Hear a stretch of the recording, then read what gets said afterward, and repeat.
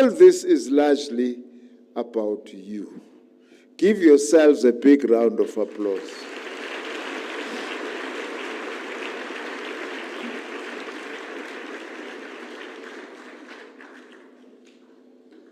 This science content is presented in the form of over 100 exhibitions, presentation by scientists, science communicators, and other experts. And of course, a motivational talk that will be delivered by one of our country's brightest young people. Ms. Olitilwe Sikokotla, who is an artisan and graduate of the Tshwane North TVET College. Another highlight for this year is the participation of the Anton Lembede Academy of Mathematics, Sciences and Technology Academy as one of the focal points for the National Science Week activities in the KwaZulu-Natal province. For those who do not know, the Anton Lembede Academy is a very exciting school. It's one of our country's model public maths and science schools. It's focusing on math science and, of course, technology, and has consistently been doing very well. This year, I think they are writing their first matric exams. We are waiting to see how they will actually perform. Earlier this year, I had the honor of visiting the school and spent some time with the learners and educators. I must say, I was blown away by what I experienced. As a result, I've asked our department and our entities to help us adopt the school. The reason why I'm doing that is because my own belief is that we actually need to replicate such schools in all the provinces of our country. We must not be ashamed to take the cream of our science learners and put them in a first-class institutions so that we groom the scientists of the future. I don't think we need. All good countries do that with the best talent that they actually have. Now, if we hope to address our skills development needs and significantly reduce youth unemployment, one of the things we need to do is to ensure that the majority of our younger people are able to access high-quality maths and science education at foundation level, regardless of which part of our country they may reside in, urban or rural. One of the things we are fighting against together with our Deputy Minister is to fight against the fear of maths and science. We must not fear maths and science. Educators, please help us. Don't say, I want to improve the pass rate in my matric by taking out kids, even those who have got potential to do, for instance, what we call pure mathematics, and take them to maths literacy because you want to improve your results in your school. Well, the results in your school may as well improve, but you are depriving the country of the necessary maths and science that we need for the development of our country. Siyacela kothisha omkhulu ke bayiyeke lento. Ukufuna ukuthi kuphaswe kakhulu ngokukhipha abafundi ukuthi benze mathematics. Siyabafuna lapha kule mathematics. This maths is not as difficult as we think.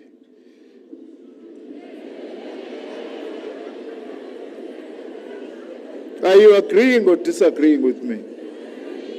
You are agreeing. Great, great. I'm glad. I was worried that you are disagreeing. There is one main rule in mathematics: practice it. Isn't it? Practice it, all the formulas. Don't be like us. Tina, under apartheid, we were so afraid of mathematics. Mina, if people ask me, I did maths, by the way, in matric.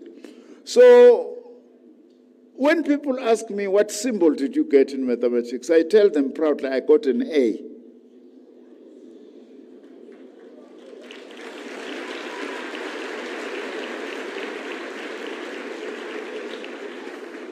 After having clapped, let me clarify what I mean.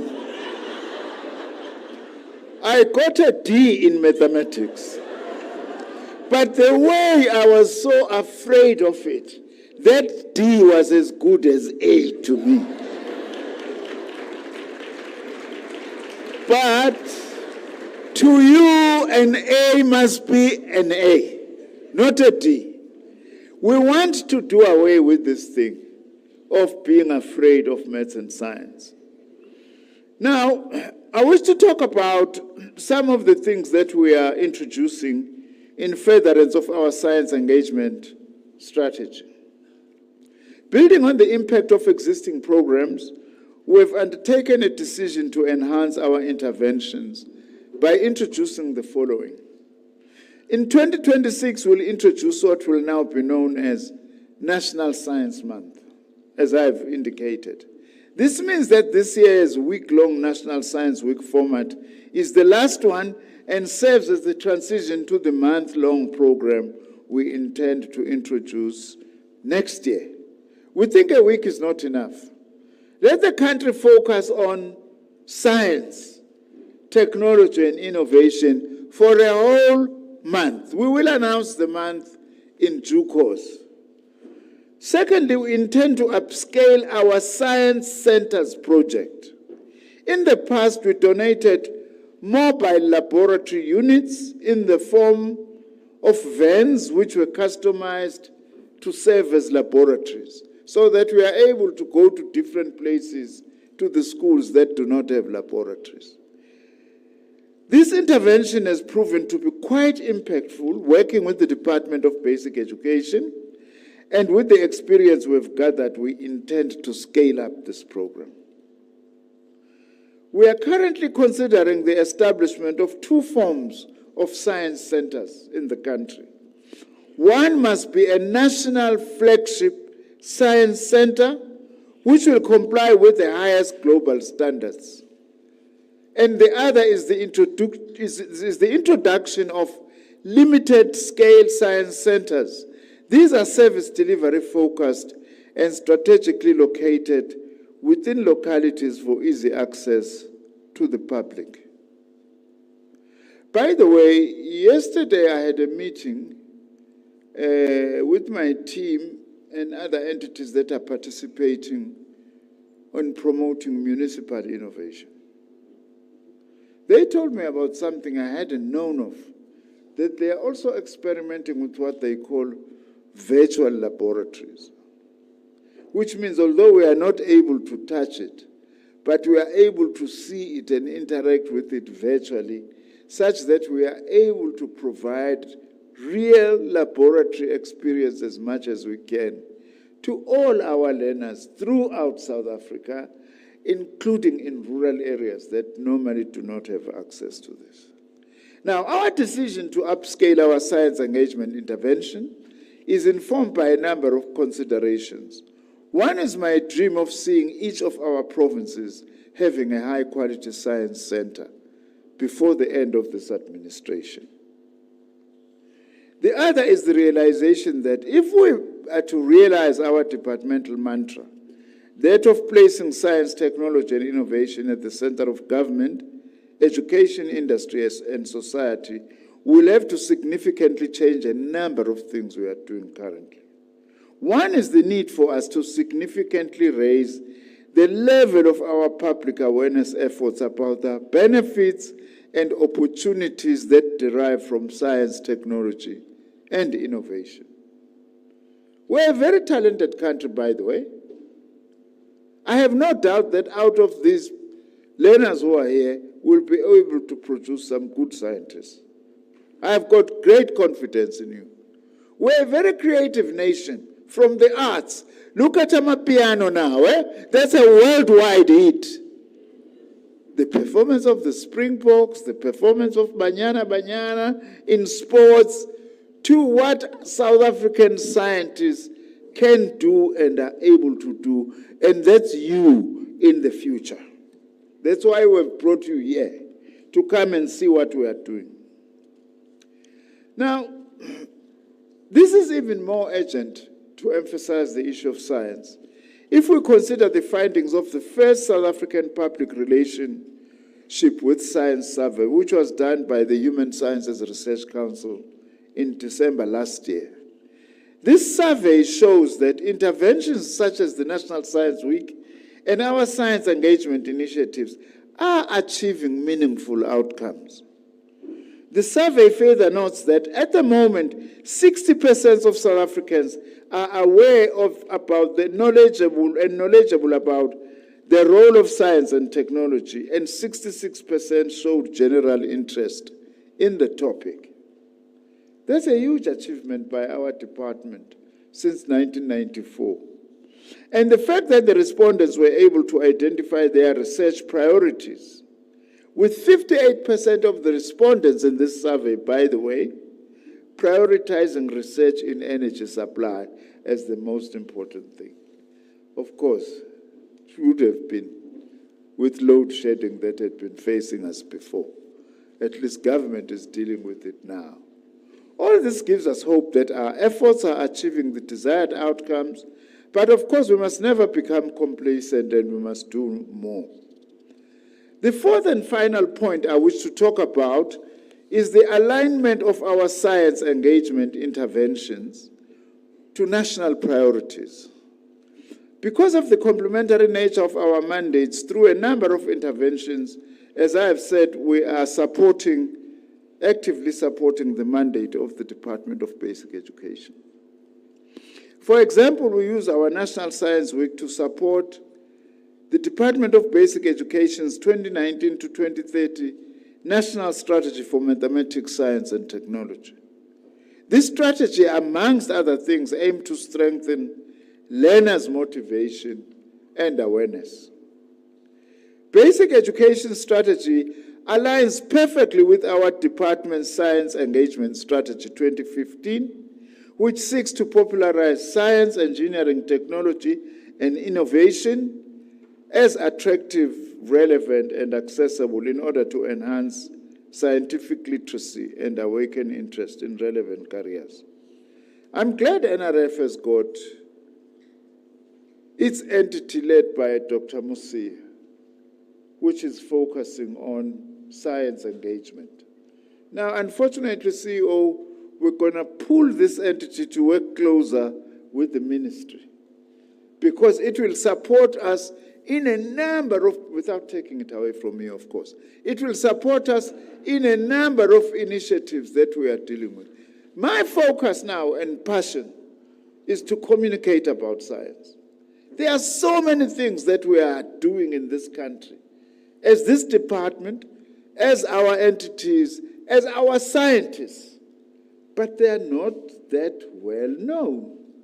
And we should make sure that these things are known because it will help us to develop a science-literate society, which should be one of our main goals. We also support the Department of Basic Education through our STEM Olympiads, the competitions for learners to judge themselves against their peers, both in South Africa and outside South Africa, on how good they are. Our department also provides a compilation of science, engineering, and technology careers material. This is well-researched STEM career content for both learners and educators that can be downloaded from our website for free or can also be delivered to schools upon request. Have you got this, Sompis, you were telling me about this document. Have we circulated it to everyone? It's only in front here. Because you can use that document. It shows how to access this information that I am actually talking about. It's called SET Resources Manual. It's very important that you actually have that so we are able to access the information that we have. We also request the media to do the same. By the way, to the media, you are our partners. Without you partnering with us in this journey of advancing our science agenda, we are not going to be able to make the progress that we are making. We are happy the SABC, the public broadcaster, is here to actually show what we are doing. Because as a public broadcaster, by the way, it is your duty to actually support these public initiatives. Thank you very much for being here. I will reward you by inviting you to the World Science Journalism that we are holding towards the end of the year. All science journalists will be here in South Africa, hosted by our department, and I will be the chief host. So you better show me nicely on television. Then I will invite you. But on a serious note, all of the media, we are saying, let's partner in this journey to promote science in our country. In the immediate term, these interventions that we are making are aimed at increasing the number of learners with higher pass rates in maths and science, and to ensure that more and more young black children, even those who reside in the most inaccessible parts of our country, are empowered with the confidence and competencies to take up careers in science. Ganzam, you have no excuse in not pursuing what you want to pursue. You know that government now, from schooling, there are no fees. There are schools which are no fee schools. You don't have to pay if you come from a poor background. Being poor must not be a curse because you are so talented in so many things. If you finish your matric or after grade 9, you can go to a TVET college and acquire a skill.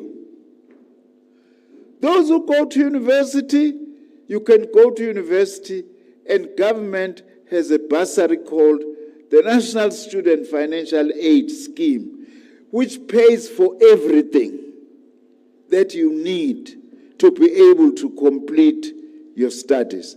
So there is absolutely no reason.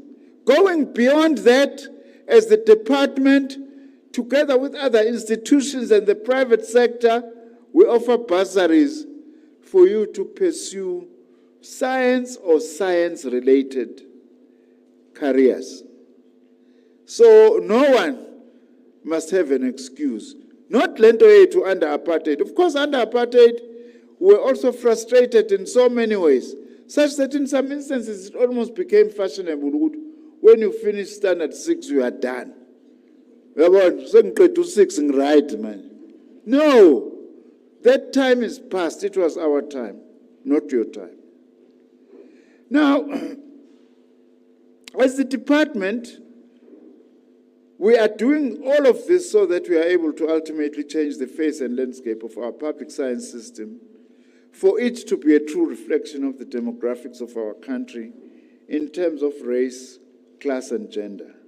Therefore, my message to the learners who are here today, take full advantage of the information that we are going to be getting and the exposure and the opportunities that you can identify, and that today's programs offer you lots of opportunities. In conclusion, I wish to once again thank our host, Tshwane University of Technology, TUT, the DSTI entities, and the entities of other government departments, our educators and learners, government officials and the participating scientists, science communicators, exhibitors, and every institution or individual who contributed to making this event possible.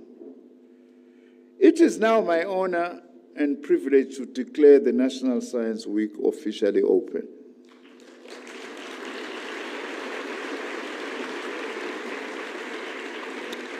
But now, I have got a very important task I've been asked to perform, having given my speech, and it's very important.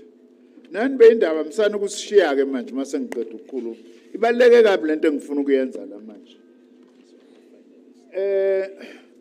Last year, when we launched the National Science Week at the Central University of Technology in the Free State, I asked a question to the learners, and I said to myself, a national essay competition. for learners to write on this topic. Science and technology are for everyone. Artificial intelligence has emerged as one of the key drivers of science and technology. Is it an advantage to society or not, the artificial intelligence? Now, we then thought perhaps let's pilot this and turn it into a debate and have a competition. So we first opened it, we only opened it for now to the students here in Tshwane. But we want to make this in future a national competition. Now, I'm very pleased then to say that the schools that participated, the runner-up, the finalists, the two finalist schools are here today. And I'm going to name them just now. But let me mention the prizes. Both schools, the finalists and the winning school, will visit the CSIR in Tshwane, Center for Scientific and Industrial Research, and then go to the Astronomical Observatory in Cape Town. And then the winners will then proceed from Cape Town to Sutherland in the Northern Cape to actually go and see the South African large telescopes, where at night you can see and observe the sky and all those things. Now, let me then say 18 schools participated from Tshwane, which is why partly we are launching here. And the two finalist schools were Pretoria Technical High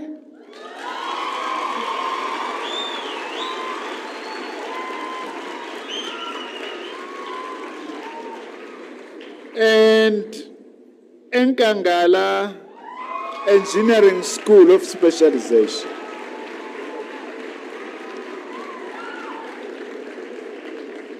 Now, I'm very pleased then to announce the winning school. The winners is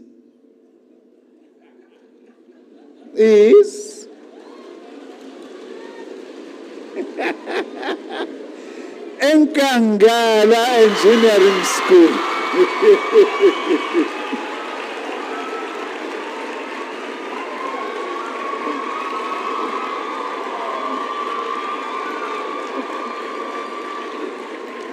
So, yes. So I've done my job for today. Thank you very much. Yeah. All right. What? Nkangala? The winners. Nkangala, where are you? Can you please come? No. Let's not only call Nkangala. Both Pretoria High, the finalists as well, please come up here.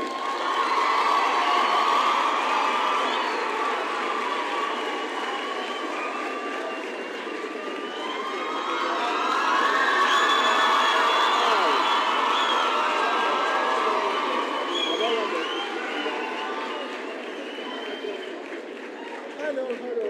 Congratulations. So who is it? You and Kanala, the winners. Congratulations. Maybe let's move forward a bit so that, yeah, okay. All right. So we have symbolic trophies for both. Oh, okay. So this is for who? All right. This is for the winning school. We just give them one. For Nkangala.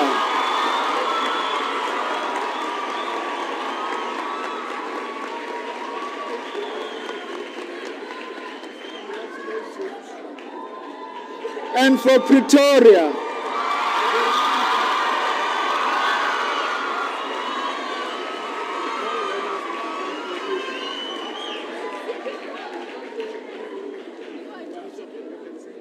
Yeah, this is just the trophies, but each one of them will have this trophy so that they can proudly take it to school or home. It depends on how you decide. You will collect them as you actually leave these trophies.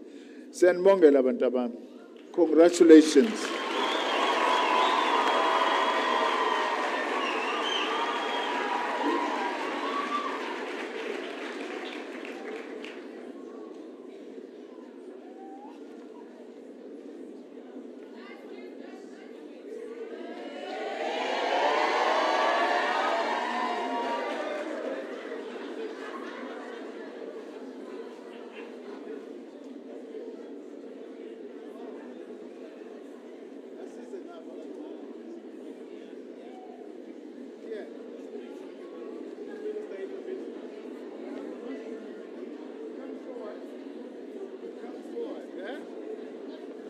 Not in front of the podium.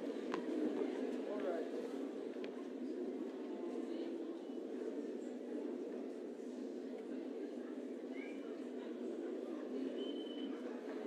Thank you.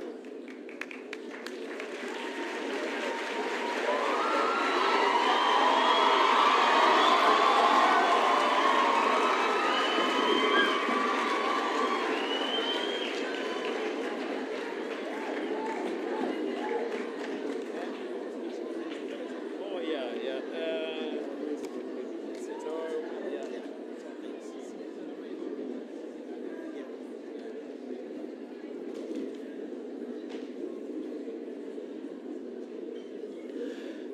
Can we just give the minister and the winners, both schools, a resounding?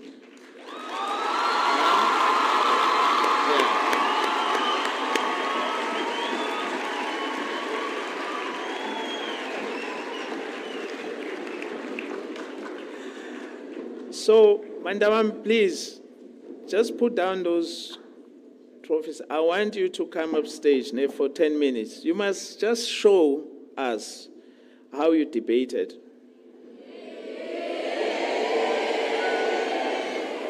Right, you are exhibiting. You were told, right? Yeah, come.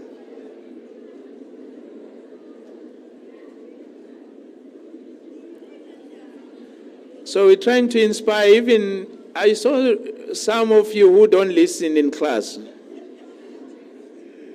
And then when teachers are busy teaching, you play with your gadgets. So next time you will win.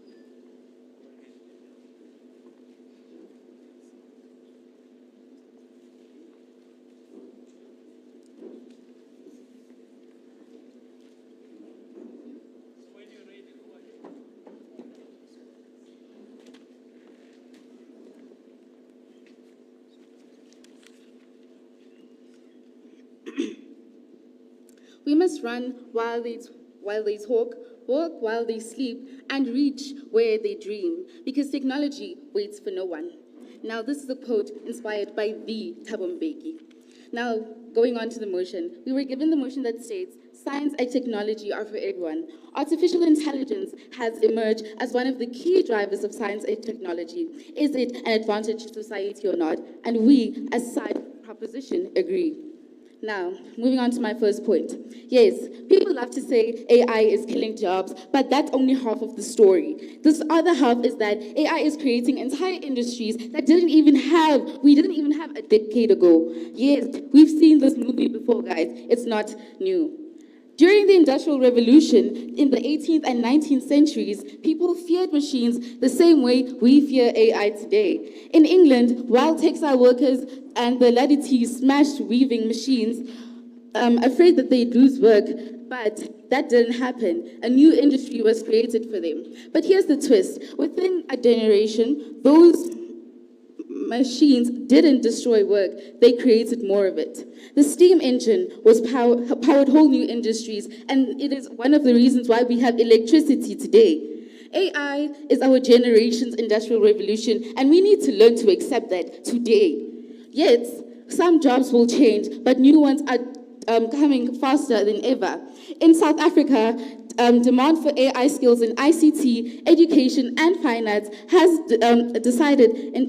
doubled in just 3 days. AI is already creating work in agriculture, fintech, and data labeling. AI is not just for tech hubs. It's helping people in rural villages, small towns, and underserved communities within the world. They want these communities to connect with the world. Language barriers are breaking down as AI learns South African languages, or African languages in general, like Swahili and Afrikaans.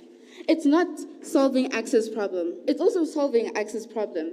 AI-powered drones deliver blood to remote hospitals in Ghana over 80% faster than traditional transport. So why are we still denying ourselves heaven that we deserve?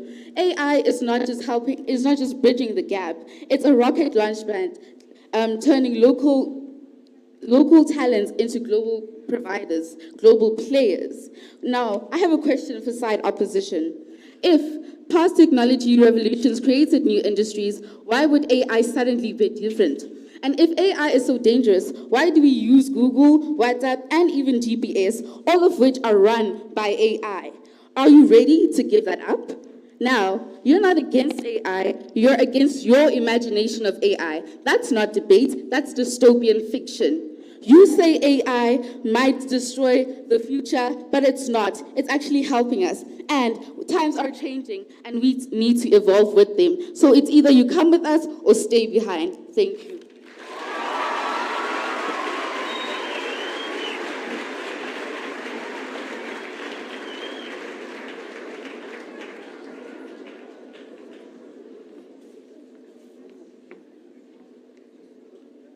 Dear proposition team, strap in because the fairy tale ends right now. With that being said, greetings to you all, ladies and gentlemen, boys and girls. All protocol results, I greet you all. I am Tshwane Masoma Elena from Etangala Engineering School of Specialization, where ordinary ends and extraordinary starts. Today we're going to be discussing not just the topic, but a crucial topic, which is AI an advantage to the society? Sounds interesting, right? But my team and I strongly believe it is not an advantage, but a ticking time bomb. But first, what is AI? According to the Oxford Dictionary, artificial intelligence is the capacity of computers to exhibit or simulate intelligent behavior. This motion is about reality, and the reality is that AI is not saving us, it's silencing us, replacing us, and controlling us. So while the proposition is busy romancing the robot revolution, we are here to remind that AI is not an advantage, it's the Trojan horse dressed in code. They claim AI helps students. Let's talk facts. Yes, AI tools can personalize lessons only if you have devices, electricity, and uncapped data. According to the stats essay, made it clear that over 40% of South African learners don't have consistent internet access. AI in education is only helping the connected elite. The rest buffering in the dust. You call that education, I call it digital exclusion. A fancy app means nothing if the Wi-Fi is off, the device is broken, or the language isn't local. Worse, many students and even adults are now depending on AI tools to think for them, while Harvard Business Review warned us that too much reliance on AI weakens critical thinking and decision making. So AI isn't raising geniuses, it's raising zombies who need Google to think for them.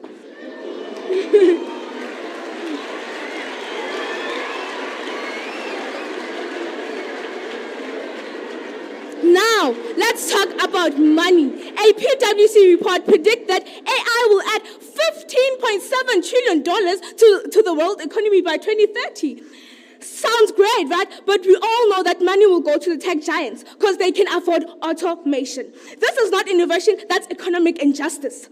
They said AI creates jobs. That's the biggest PR scam of the tech world. According to 2023 PwC researchers, up to 30% of current jobs could be wiped out by automation by 2030. AI is swallowing jobs like a digital tsunami. Upskilling sounds cute until you realize how expensive, inaccessible, and unequal that actually is. So let's not pretend that AI is a job fairy. AI is a thief in disguise. Let's talk about something important, saving lives. AI in healthcare sounds great until someone dies because a machine misdiagnosed their illnesses. According to an MIT study, it showed that diagnostic tools made errors in 38% of cases when tested in African medical setting. And yet you're calling that an advantage?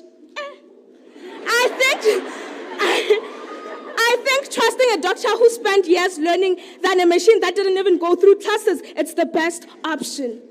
Now, let's kill the myth and speak the truth. AI is it's not some digital messiah. It is fast, it is shiny, and it is dangerous. You want efficiency? Great, but not at the cost of humanity. You want innovation? Fine, but don't call it an advantage when it destroys livelihoods, deepens inequality, and experiments on the poor.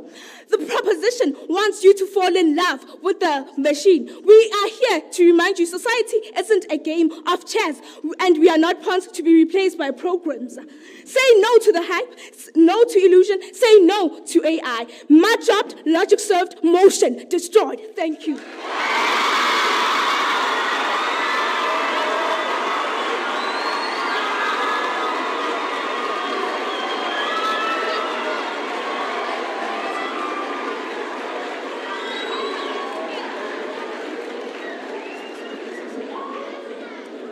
This must use this one.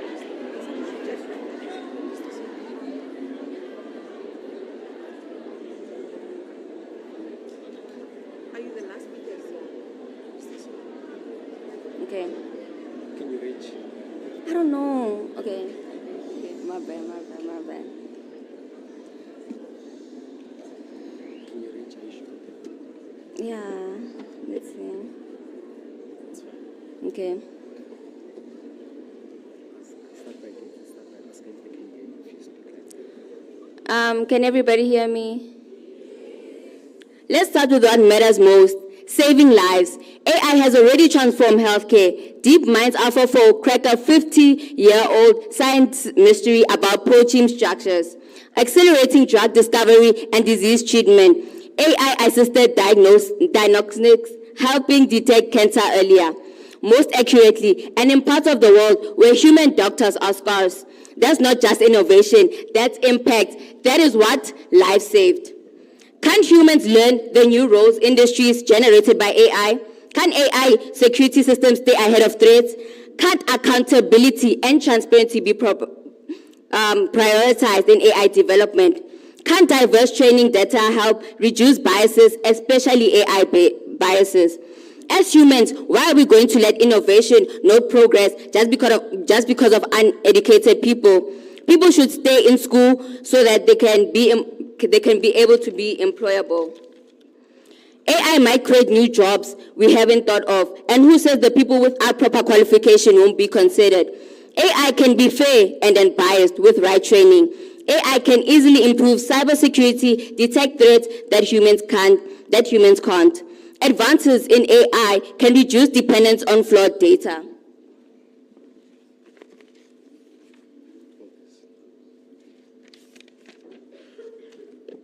To end off this debate, I'd like to conclude it. The opposition, they come up here and argue like AI isn't already here. AI is not a future problem, it's a present tool. You don't stop progress because some haven't caught up. You educate, you upskill, and you elevate. While they fumbled with emotion, we stood on evidence. While they scrambled for relevance, we stood for reality. We came with a future. We came with a future worth fighting for.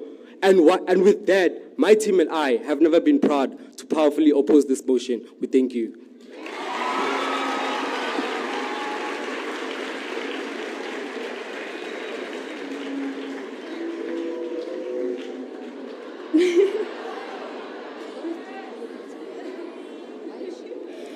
You know, the proposition comes here talking about AI apps like it's some Jesus. Calm down, it's just code.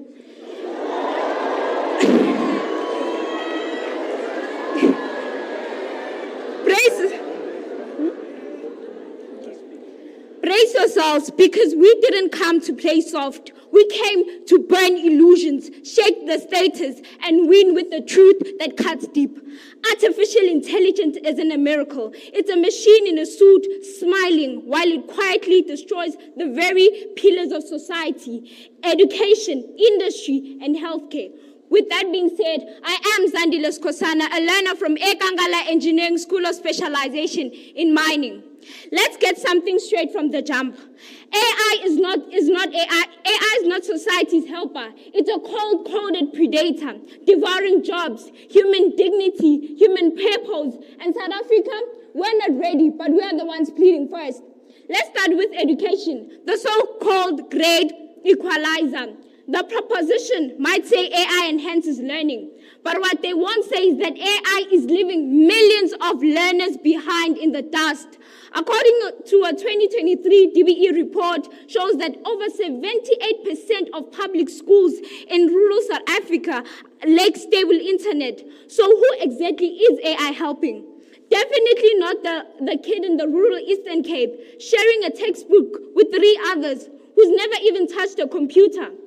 Even in the University of Cape Town currently is adopting AI, meaning that every AI detecting tool will be removed, meaning that students can hand in work that has been written by AI. What kind of a generation are we raising if critical thinking is taken away by AI? AI is not leveling up. AI is not leveling the playing field. It's building a wall between the rich and the poor, the urban and the forgotten. Let's not ignore that the dark truth. AI is fueling massive academic dishonesty. Students don't think anymore. They are copying, pasting, and Googling their way through life.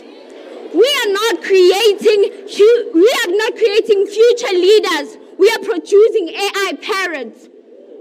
We are becoming so independent of AI that we are even losing basics.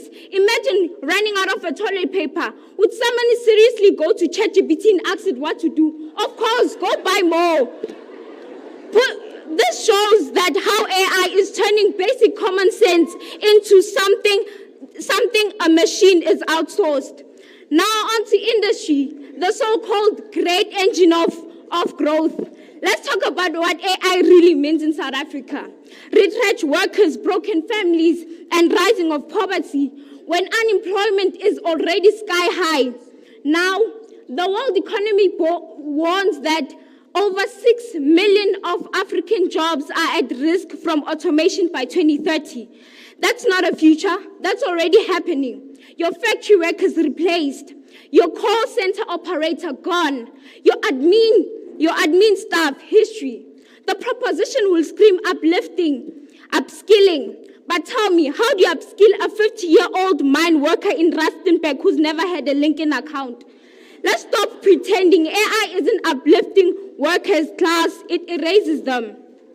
The machine doesn't care about your hunger, your family, your hunger, your family, your rent. It just calculates and replaces. Now to the final nail, healthcare. AI in healthcare sounds good on paper until it kills in real time, in real life.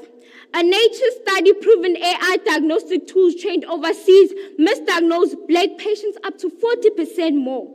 In South Africa, where over 80% of citizens rely on public clinics, most of which even don't have reliable electricity. Are we really going to trust machines to diagnose cancer, HIV, or mental health? We can't even keep the lights on, but we want to trust AI with our lives. Let me be blunt. AI doesn't care if you are poor, sick, or forgotten. It wasn't built for you. While the proposition worships algorithms, we fight actual lives. We stand for students without Wi-Fi, the workers who lost his jobs to a robot, the goggle waiting in the line for hours only to be referred to an app she can't even read. And that, adjudicators, is why we win, because we speak truth, raw, uncomfortable, and real. Because we expose what the proposition want, that AI is not the future. It's a fire and the vulnerable are already burning. Vote for the team that chooses people over progress. Vote for the team that refuses to let society be sacrificed on the altar of artificial intelligence. And without a doubt, we have won. And that's why the motion must fall. And that's all from me. Thank you.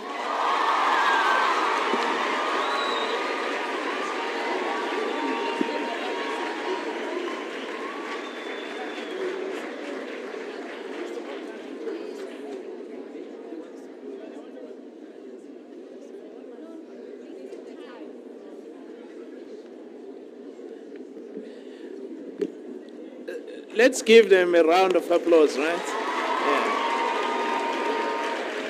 Yeah. And let's also remember, it's a debate has always two sides, right? So let's not go home and think that those who are opposing, what they were arguing here, it's what they believe in. It's a debate. But maybe the minister will appreciate that these youngsters, minister, are actually helping us to develop a critique. So it lays the basis for development of a critique of the notion of AI as we understand it. So we welcome both views, and we are really proud. Now the SABC wants to interview the winning school, so they are going to be interviewed. So thank you very much. We're now moving to the next session.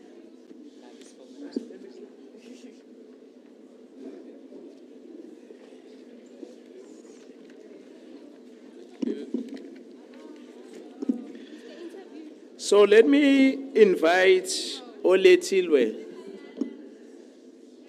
Please apologize if I have ambushed, your surname, your name. So she's gonna talk to it. Is our duty as young people to seize the opportunities that are there. An artisan, a former Tshwane North TVET college student. Over to you.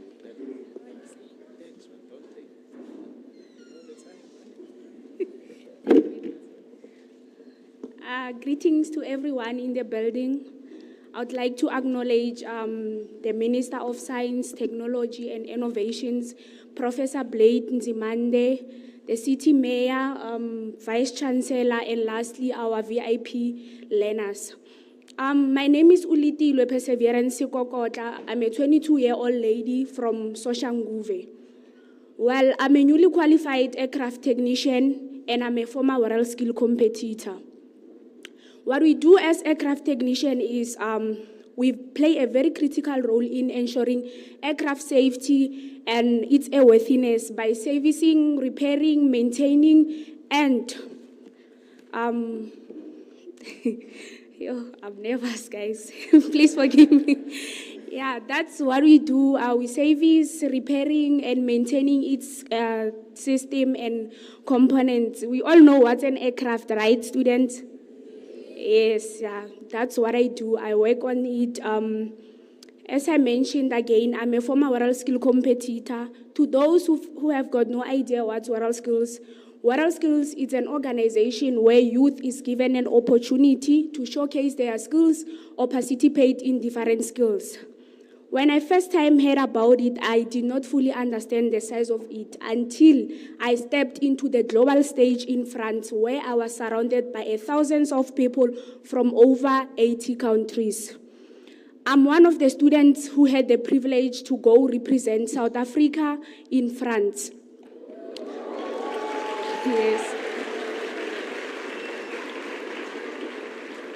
I was competing under aircraft maintenance, a skill many will say it's not common for ladies. So I want to tell you ladies this is specifically for you ladies. If you want to pursue a career in faculty of engineering, go for it. Never ever allow someone to discourage you. People might say it's not for women, but if you love it, go for it. I'm an example. I'm in an industry where everyone or most people are saying it's a male-dominated industry, but here I am. So if I can do it, it also means that you also can do it. So go for it. Then let me take you back to my competition journey. While the competition wasn't easy, I actually realized that international stage is not the same as the national stage. So yeah, the international stage is very intense, but I'm just glad I managed to complete the competition without trying to give up.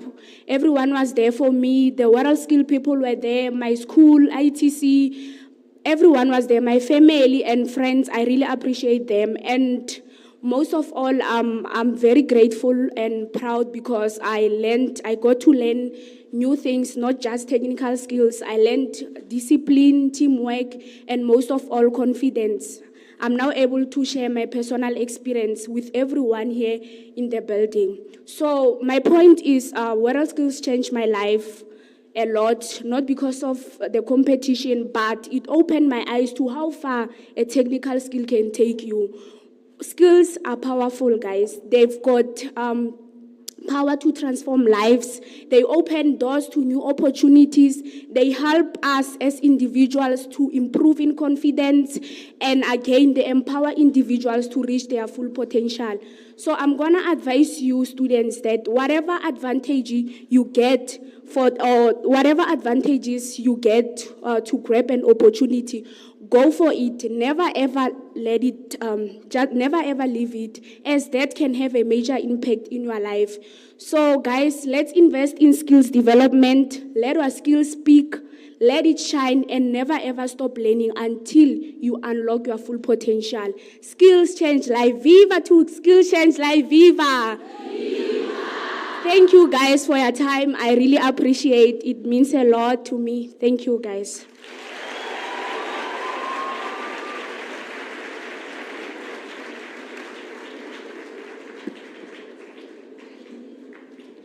So you can see that you can be super cool as well, right?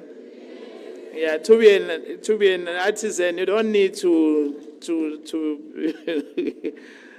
you can look cool. So the next two speakers are academics, so I hope they will help us to catch up with time. It's not too bad, but if, yeah. So let's invite Ms. Modise,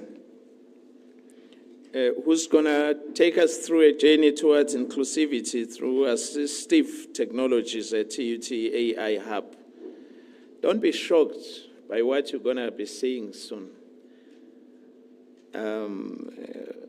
Where's Ms. Modise? Yes, you ready? Please come through with your bulldog.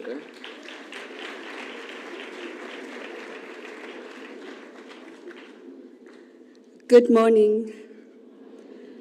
I already had the debate, pro-AI and against AI. I'm not here to judge on that. I'm just here to share my journey in the AI Hub, and maybe after this you'll have another thought. So my name is Tsolofelo Modise. I'm from the Department of Electrical Engineering. I'm also part of the TUT AI Hub, which was formed in March of 2023 in collaboration with the Department of Communication and the University of Johannesburg. So with the AI Hub, there are four key objectives that we are looking at, being that the human development, so that is including students and academic programs that will help you to learn AI, as well as improving skills for professionals as well, me included, as well as AI research, which I was part of, the creating of tech ecosystems, that is creating innovations to help solve solutions, as well as startups, AI-motivated startups, as well as developing strategies and partnership. So my research started when I was doing my master's degree here at TUT. It started from research, from research, a prototype was developed. That prototype is the one that won second prize at the Gauteng Accelerating Program, GAP Innovation Hub, which being from an engineering side and winning in the medical field, it shows that engineering doesn't just limit you to problems that are related to the technical side, but you can apply it everywhere.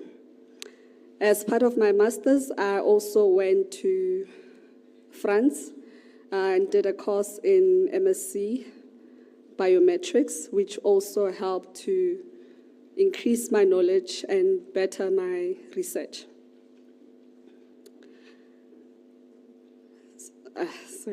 Yes.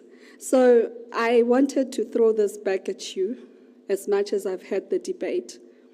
Wouldn't it be awesome if we are able to create technology that is so strong that we are able to break every bond in order to solve every solution that is there? If the answer is yes, then why are we not using this technology? Why are we not exploring? As the minister has said also, it's not about being a genius. It's about curiosity. It's about you going there and wanting to solve that particular problem that might be an issue. For my side, that particular problem was assisting people with mobility impairments. So many people with impairments have their needs unmet, and if technology can aid them, why not use it? The invention was the robotic rollator. I was hoping to show you, but fortunately, the technology was against us for now. But the robotic rollator is a smart rehabilitation device, which is also called the Zainal motion. Zainal because we are forming that relationship between the assistive device or technology and the user itself. So the smart part of it comes whereby the robot is the one that will take a decision on how to better assist a person. It's not taking the person out of the loop. With the person in the loop, it's going to measure their movement, their gait movement, as well as the emotional state of it, and see how then can it better assist in providing rehabilitation for that person, both from the clinician point of view as well as the patient point of view. So with that being said, I have a partner in crime who is going to come here and aid me into introduce. So this is one of the project also part of AI Hub. Hi, Tshwane. Do you want to maybe say hi to the people? Thank you. I think you have changed. So this right here shows.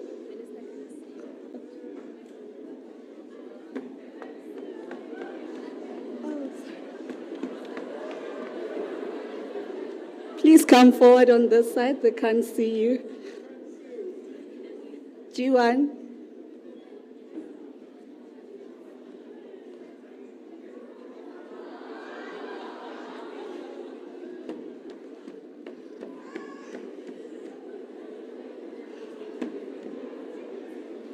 So this is not just an imaginary future, but it's a future that is happening currently right now.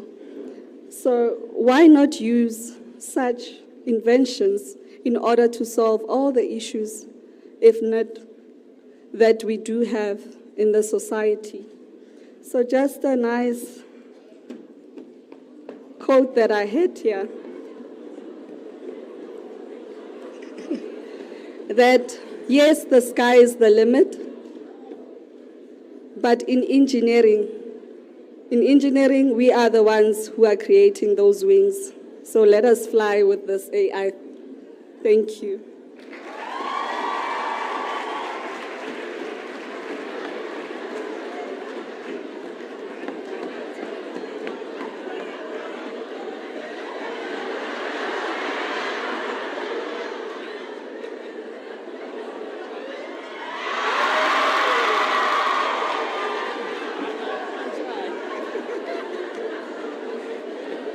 Sharp.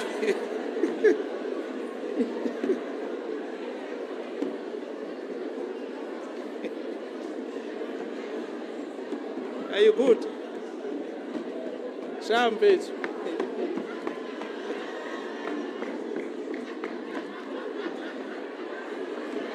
Bye-bye, both. Yeah.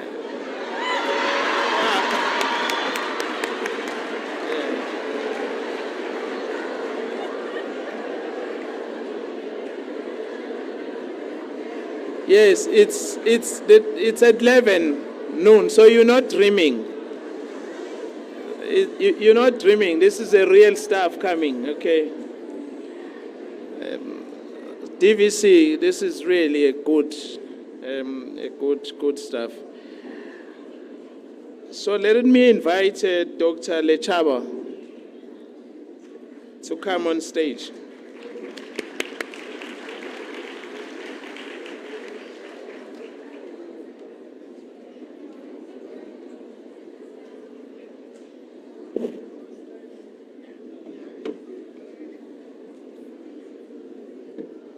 Let me take this opportunity to greet everyone, the Minister, Professor Blayton Nzimande, the delegation from various departments within government, our Deputy Vice-Chancellor, Dr. Vatiswa, and our distinguished learners today. My name is Dr. Tsepo Lechaba, and I'm from the Pharmaceutical and Biotech Advancement Research Platform, led by Professor David Katerera. And we are part of the Tshwane University of Technology, focusing on various research areas. Just going to mention, but with a focus on the cannabis and hemp research. So we're focusing on the various others, such as we develop nutraceutical products. We're involved in traditional medicine, where we demystifying research around traditional medicine. We're also involved in mushroom cultivation. But my focus today is around medical cannabis. Ours is to try and really demystify. You know, we all know that cannabis has been noted as a recreational substance for your to get your psychoactive effects. But we're putting research around medical cannabis in terms of the opportunities that you can get in terms of research, in terms of innovation, as well as education. So what we basically do in collaboration with various departments within the university, we develop cannabis products from cannabis, and I'm just going to showcase a few of them in terms of what cannabis can do to the world. We involved with crop science, where we start from the soil. We do cultivation, agronomy, and then we take it to the lab.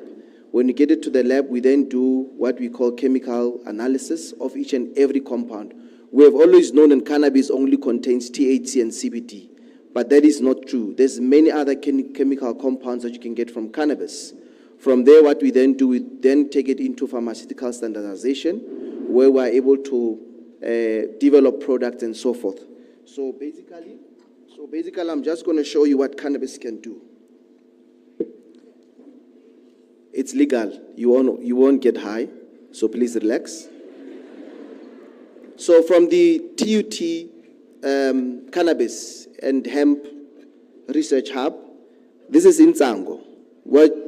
This is, you get it anyway. So what we do is that we collect a variety of seeds. We then go into the lab, and then we are able to do genomics, genetics on the seeds. Once we know the type of variety and the type of strength that you get from cannabis, we then put it into the soil. Through a cultivation process, agronomy, we then go for post-harvest. We then take it through what we call agro-processing so that we can have buds. From the buds, we are able to extract various oils. From extraction of these oils, in collaboration with CSR, by the way, TUT is the only institution in the Southern Hemisphere with a supercritical carbon dioxide machine. Through that machine, we are then able to develop a variety of oils. Oils which are good for any type of skin diseases, whether you've got eczema, whether you've got any fungal issues, skin dermatitis. For ladies, because you always put stuff, alopecia, hairline goes away, we can bring it back. So this is some of the things that we are doing. Not only that, we are able to take cannabis and combine it. So we don't believe in Western medicine. We believe that the South African soil has got the solutions to any type of disease that we're suffering from. We are then able to develop other varieties of nutraceutical product in combination with cannabis, which is good for gut health, diabetes. We're running a study in the mines now around mine nutrition, where there's an issue with diabetes as well as productivity. This is in collaboration with cannabis. Cannabis is the biocrop, and it's a solution for any type of diseases, whether be it diabetes, cancer, arthritis, it does not matter. This is just some of the stuff that we're doing.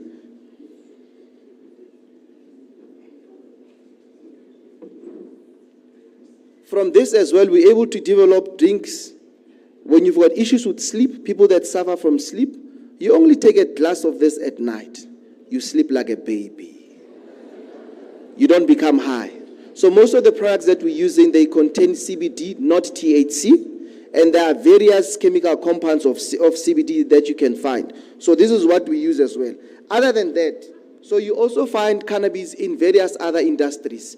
This bag is made from cannabis. This is what you can do. We've got scraps. We're working in collaboration with traumatology as well, where we're in a process of developing even medical clothes. Your scraps, your just surgical wear, whatsoever, we are able to develop anything with cannabis.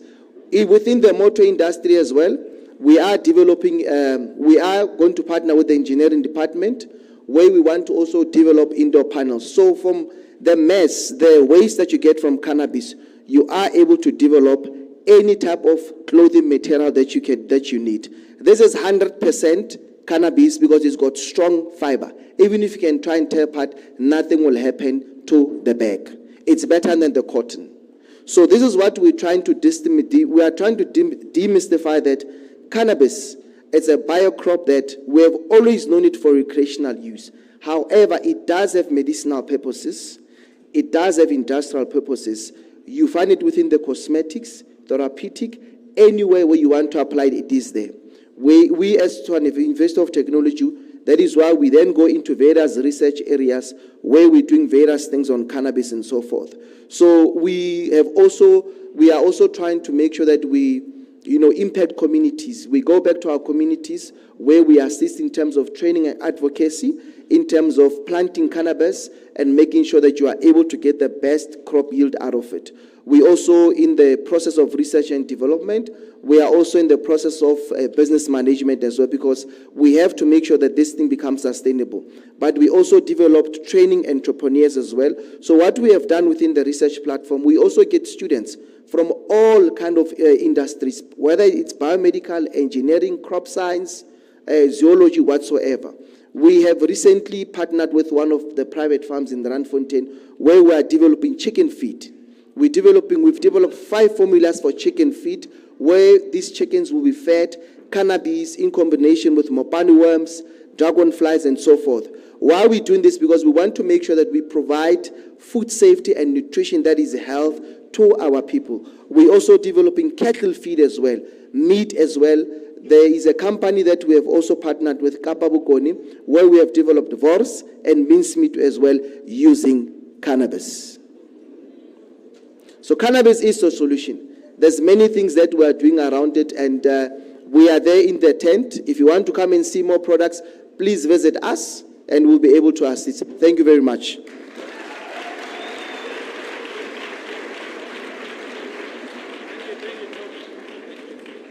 Thank you.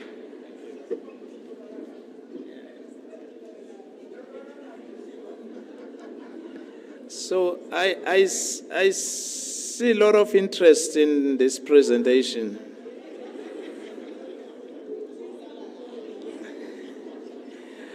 Guys, this is science, ne? Yeah, so we don't deal with superstitions here. So thank you very much. So we get to understand the science part of Insangu. We have come to almost the end of our program. I would now like to invite the Deputy Minister to thank all of us.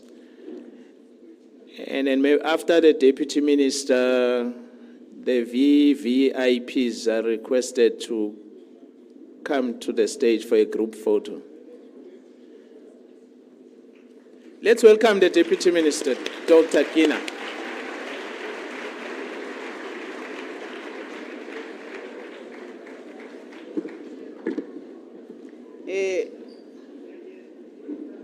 DG, Dr. Okay. Thank you very much to you, DG. Dr. Tshwane. Let me greet our Minister, Professor Blade Nzimande. Greetings to Dr. Vatiswa and the team from TUT. Thank you very much for allowing us to be here. And thank you very much for the warm welcome words that you gave us, Dr. Vatiswa. Really, you did stick to your motto here to say from good to great. You showed us where TUT is and where you want to take TUT to. And for me, as you are addressing us, welcoming us to this institution, I hope you manage even to market this institution to all these youngsters that are here. Everyone was, I think, you appeased and you made your institution appealing to them to say, we want to come to TUT to become part of this family. Thank you very much for that.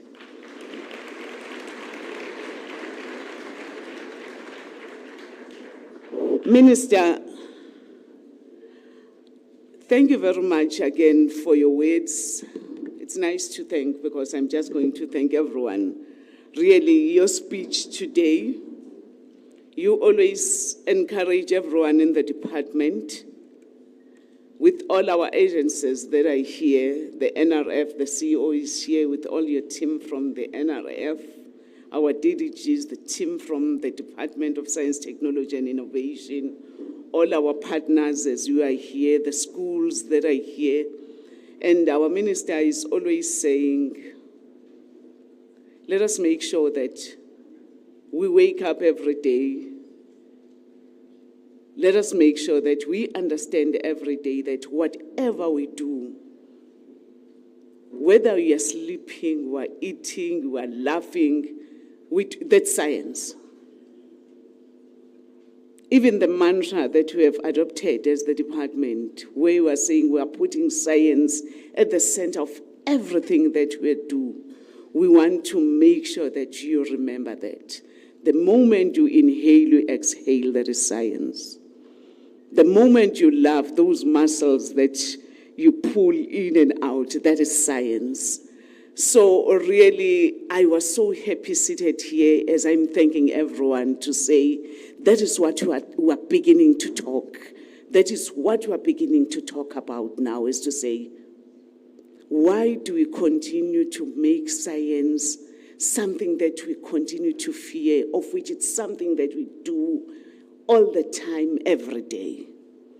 When we're talking about demystifying science, that's exactly what we are doing. So thank you very much, even for this launch of this Science Week. And the instruction is not the instruction per se, but the encouragement from the department led by Professor Nzimande to say, let us make sure that when we talk of this science, as we are launching the Science Week, but we are planning now is to say, let us extend it to a Science Month, of which we are hopeful that next year we'll be launching a Science Month, of which we'll be making sure that we celebrate science 365 days of the year. That is what we want to do. Again, let me thank everyone who has participated here today.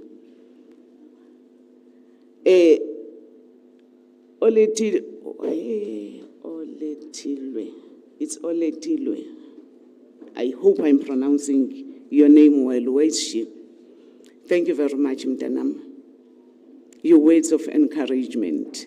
And I think you're coming here today as a young woman, encouraging the youth, but more especially encouraging girls to say, this is possible. You can go and get into those previously male-dominated sectors and you perform. Thank you very much, Mtanami. I hope, Watabami, you have learned and you have seen that if she can do it, no one can stop you from doing it. To you learners, whether you are here at TUT or still at the secondary school, what I want to tell you today, as you go back, you plan your life, we are here to say the future is in your hands. But for me, having seated here, looking and hearing everyone that have spoken to you, yes, life is about choices. But what I can tell you, the better choice and the easier choice that you have is for you to succeed. For me, I think it's difficult for you not to succeed. It's easier for you to succeed. Looking at all the opportunities that have been laid in front of you. For you to be here today, walking around those exhibitions, listening to the motivation, the speakers, and the presentations that have been done to you, I think the world is opening up to you. We have seen how possible it is for you to go all out there and prove yourselves that you can do it. So really, I really think if failing is not an option for you. Go all out there. There's so many opportunities. For us seated here as adults, looking at the confidence that we have seen amongst those learners who are debating here, it was so heartwarming, really.